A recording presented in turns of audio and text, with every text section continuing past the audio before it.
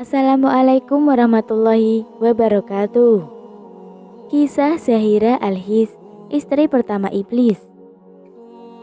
Dalam keindahan surga yang tertampar luas, Nabi Adam dan Hawa hidup dalam damai dan harmoni.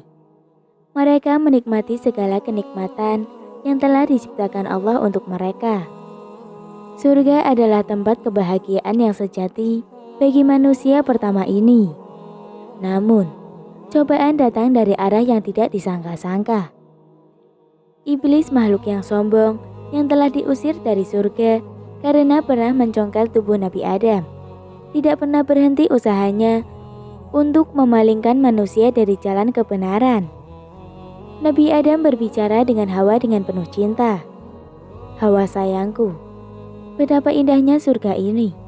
Kita benar-benar diberkahi oleh Allah." Hawa berkata dengan senyum hangat, "Benar sekali Adam cintaku. Semua yang Allah ciptakan di sini begitu sempurna." Namun ketenangan mereka terganggu ketika iblis mulai merayu mereka dengan kata-kata manis yang penuh tipu daya. Iblis tak kehabisan akal. Dia memanggil ular berkaki 4 yang sangat indah di surga untuk membantunya masuk ke surga. Iblis menjanjikan kepada ular bahwa dia akan diberi sayap seperti malaikat dan bisa terbang layaknya burung.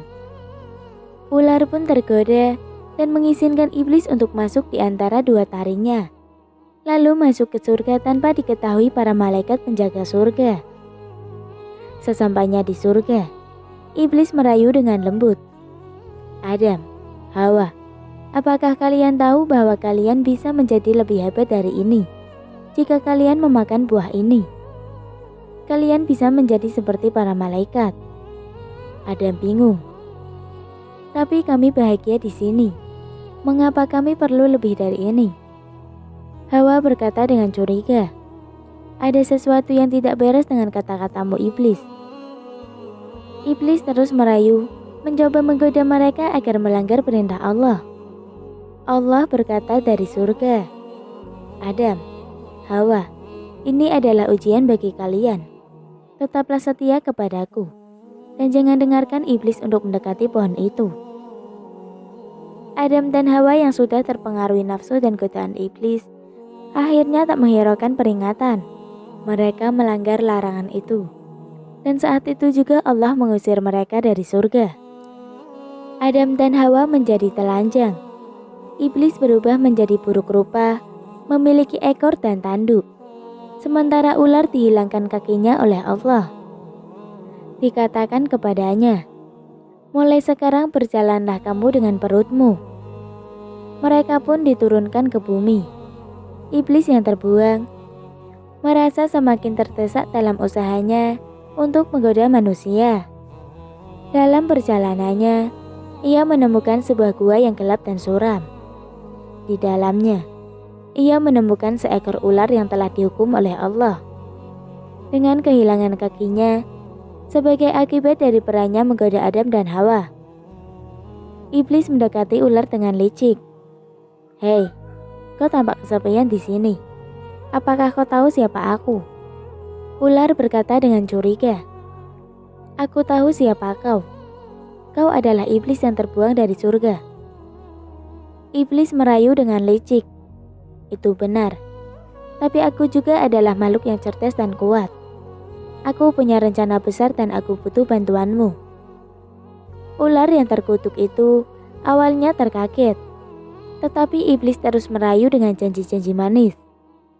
Iblis berkata, "Kita sudah terlanjur terbuang di sini, dan aku rasa kita akan di sini selamanya. Dan kamu akan terus berjalan dengan perutmu sampai hari kiamat. Apakah kamu mau selamanya begitu?" Ular mulai bimbang. Dia berpikir, jikalaupun dia bertobat kepada Allah, hal itu tidak akan mengembalikan kakinya lagi.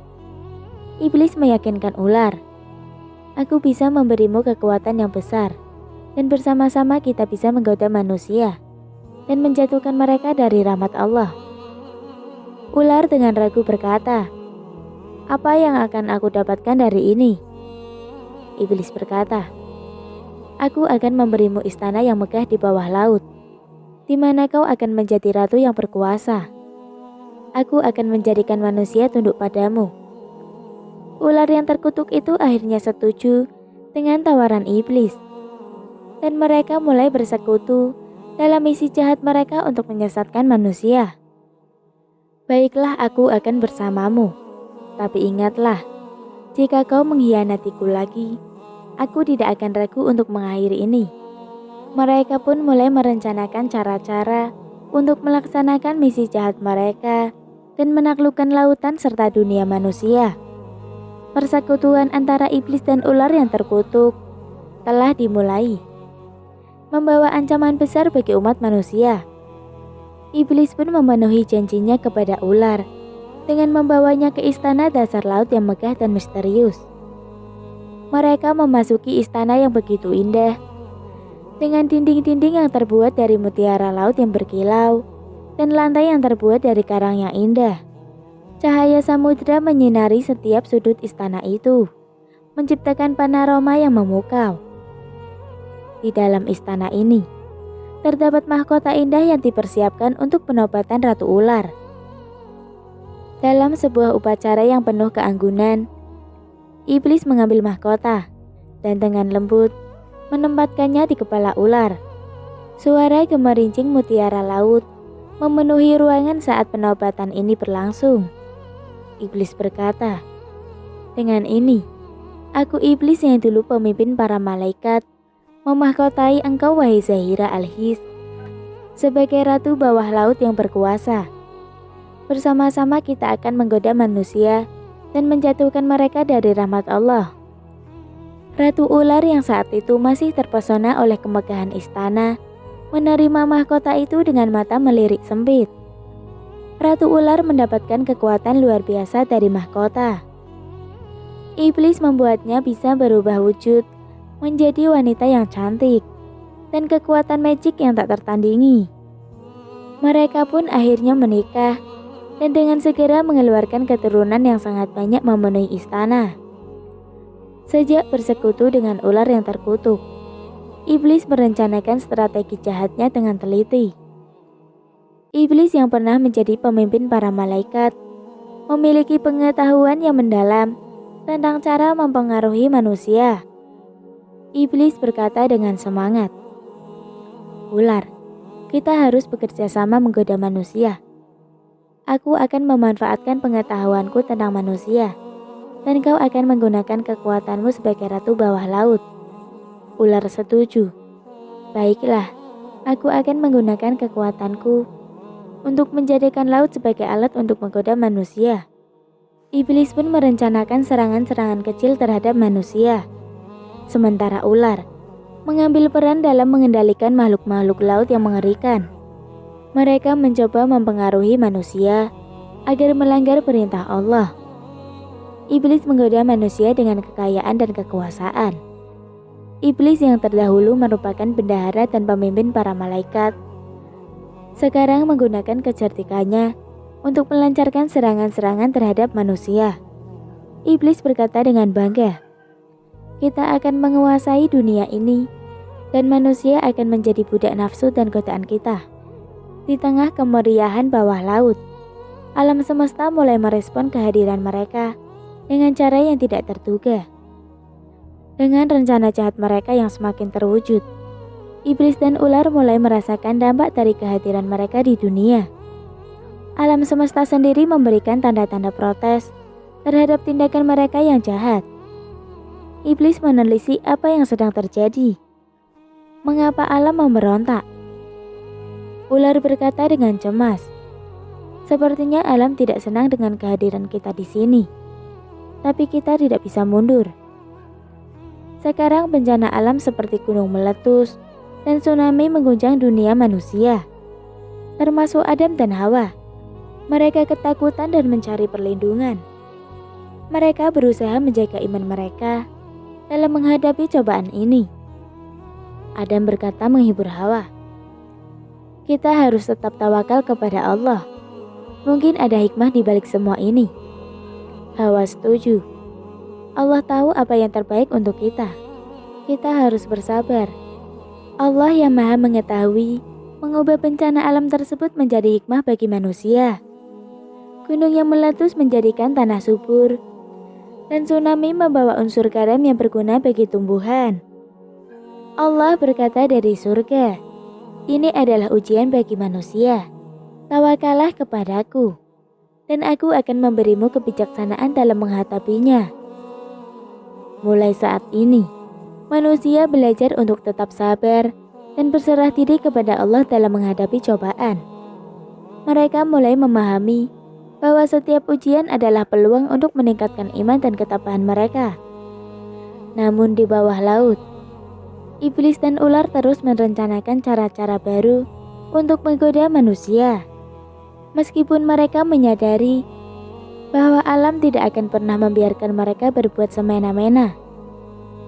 Tahun-tahun berlalu, dan cerita ini semakin menegangkan. Ratu ular dengan tubuhnya yang panjang dan berkilauan duduk di atas singgasana bawah laut yang megah. Di sebelahnya iblis yang sombong dan kuat, mengamati kerajaan bawah laut yang mereka kuasai. Makhluk laut lainnya dan tentara setan tunduk dan patuh kepada kedua makhluk jahat itu. Tiba-tiba salah satu setan datang mendekati iblis dan ratu ular. Setan berlutut di depan mereka, takut mengangkat kepala. Dengan gemetar, setan berkata, "Ya Tuan, aku ingin melaporkan perkembangan baru di daratan. Aku telah berhasil membuat orang-orang bangun kesiangan, sehingga mereka lalai menjalankan sholat subuh." Iblis pun berkata, "Demi Allah, engkau belum melakukan apa-apa." Kemudian datang lagi tentara setan yang lain. "Wahai Tuanku, aku telah berhasil membuat orang lupa hafalan Al-Quran." Iblis berkata, "Itu hanyalah pekerjaan yang mudah." Lalu datang lagi setan ketiga yang dengan rasa takut dia melapor, "Saya telah berhasil memisahkan pasangan suami istri yang kuat." Ratu ular tersenyum dengan kepuasan. "Bagus sekali setan, kamu melakukan tugas dengan baik." Namun iblis tampak belum puas dengan hasil tersebut. Dia mendekati setan yang telah memberikan laporan. Setan dengan tubuh gemetar mengucapkan, "Tuan, aku telah mencoba yang terbaik." Iblis memandang setan itu dengan tajam, membuatnya merasa cemas. Tiba-tiba setan yang paling terampil dan cerdas dari tentara iblis datang mendatangi mereka. Dia tampak percaya diri dan tidak takut. Setan yang terbaik itu berkata, "Maafkan aku Tuan, izinkan aku memberikan laporan. Saya telah menggoda pasangan suami istri hingga mereka bercerai. Selain itu, mereka kini hidup dalam kebencian satu sama lain hingga keluarga besarnya." Iblis mendengarkan dengan penuh perhatian. Setan terbaik itu melanjutkan, "Kini mereka hidup dalam dosa besar yang akan mendatangkan murka Allah. Karena memutus tali persaudaraan, saling curiga hingga timbul fitnah bahkan antara ibu dan anak." Iblis tersenyum puas dan Ratu Ular memberikan penghormatan. Ratu Ular dengan sanjungan berkata, "Anda adalah yang terbaik di antara kami. Anda setan terbaik." Akhirnya, trik menggoda pasangan suami istri sampai membuatnya saling fitnah terus dikembangkan semakin halus. Trik ini kemudian disebarkan ke seluruh penjuru pasukan setan di muka bumi. Hari-hari berlalu. Seiring dengan gencarnya tentara setan memisahkan dua pasangan manusia, di sudut istana suasana mendadak berubah hati. Ratu Ular mulai merasakan ketidakpuasan dan keraguan. Meskipun ia telah menjadi ratu di bawah laut, ia mulai merasa hampa dengan perannya dengan rencana jahat ini. Ratu Ular berbicara pada dirinya sendiri. Apakah semua ini benar-benar yang aku inginkan? Apakah aku harus terus-menerus melakukan kejahatan bersama iblis? Hati Ratu Ular mulai gelisah. Ia merasa tertekan oleh kekejaman dan kelengahannya dalam melakukan dosa-dosa yang dipimpin oleh iblis. Iblis yang menyadari perubahan dalam sikap Ratu Ular pura-pura bertanya, "Apakah ada sesuatu yang mengganggu pikiranmu?" Ratu Ular berkata dengan ragu, "Aku merasa seperti ada yang salah dengan semua ini. Apakah kita benar-benar melakukan hal ini sampai hari kiamat?" Iblis mengancam, "Jangan pernah ragu, Ratu Ular. Aku telah berjanji kepada Allah untuk menyesatkan manusia sampai hari dibangkitkan. Dan kau telah berjanji setia kepadaku." Ratu Ular hanya bisa diam lalu menyendiri. Dalam kamarnya, Ratu Ular mulai mempertanyakan kesetiaannya kepada iblis. Namun juga ia merasa terjebak dalam persekutuan yang berbahaya ini. Hati dan pikirannya mulai terbelah antara ketaatan pada iblis dan keraguannya terhadap tindakan mereka. Ratu Ular berbicara pada dirinya sendiri. Apa yang seharusnya aku lakukan? Apakah aku harus terus menjadi bagian dari kejahatan ini? Ataukah ada jalan keluar yang lebih baik? Ratu Ular terus merenungkan perasaannya yang semakin kuat terhadap keraguan dan penyesalan. Hati kecil Ratu Ular berbicara, "Aku tidak bisa melanjutkan kejahatan ini. Ini tidak benar, dan aku harus mencari jalan keluar." Ratu Ular merasa semakin terasingkan dari iblis yang kejam. Hatinya mulai memberat dengan keinginan untuk bertaubat dan mencari pengampunan Allah. Namun dia tahu bahwa keputusan ini akan membawa konsekuensi besar. Ia sadar ia akan kehilangan istananya dan kekuasaannya. Dan terlebih ia akan kehilangan kakinya dan mulai merayap dengan perut seperti ular-ular lainnya. Ratu Ular bertutur dalam hati, "Mungkin masih ada harapan untukku. Aku harus memutuskan apa yang benar, meskipun konsekuensinya sangat sulit." Kisah Ratu Ular istri iblis di bawah laut mencapai puncak ketegangan. Pertanyaannya adalah, apakah Ratu Ular mengikuti panggilan hatinya untuk bertaubat dan mencari kebaikan? Ataukah dia akan terus terjebak dalam kejahatan bersama iblis? Wallahu a'lam bishawab. Demikian kisah yang dapat saya sampaikan. Mohon maaf apabila ada pengucapan kata yang kurang jelas. Wassalamualaikum warahmatullahi wabarakatuh.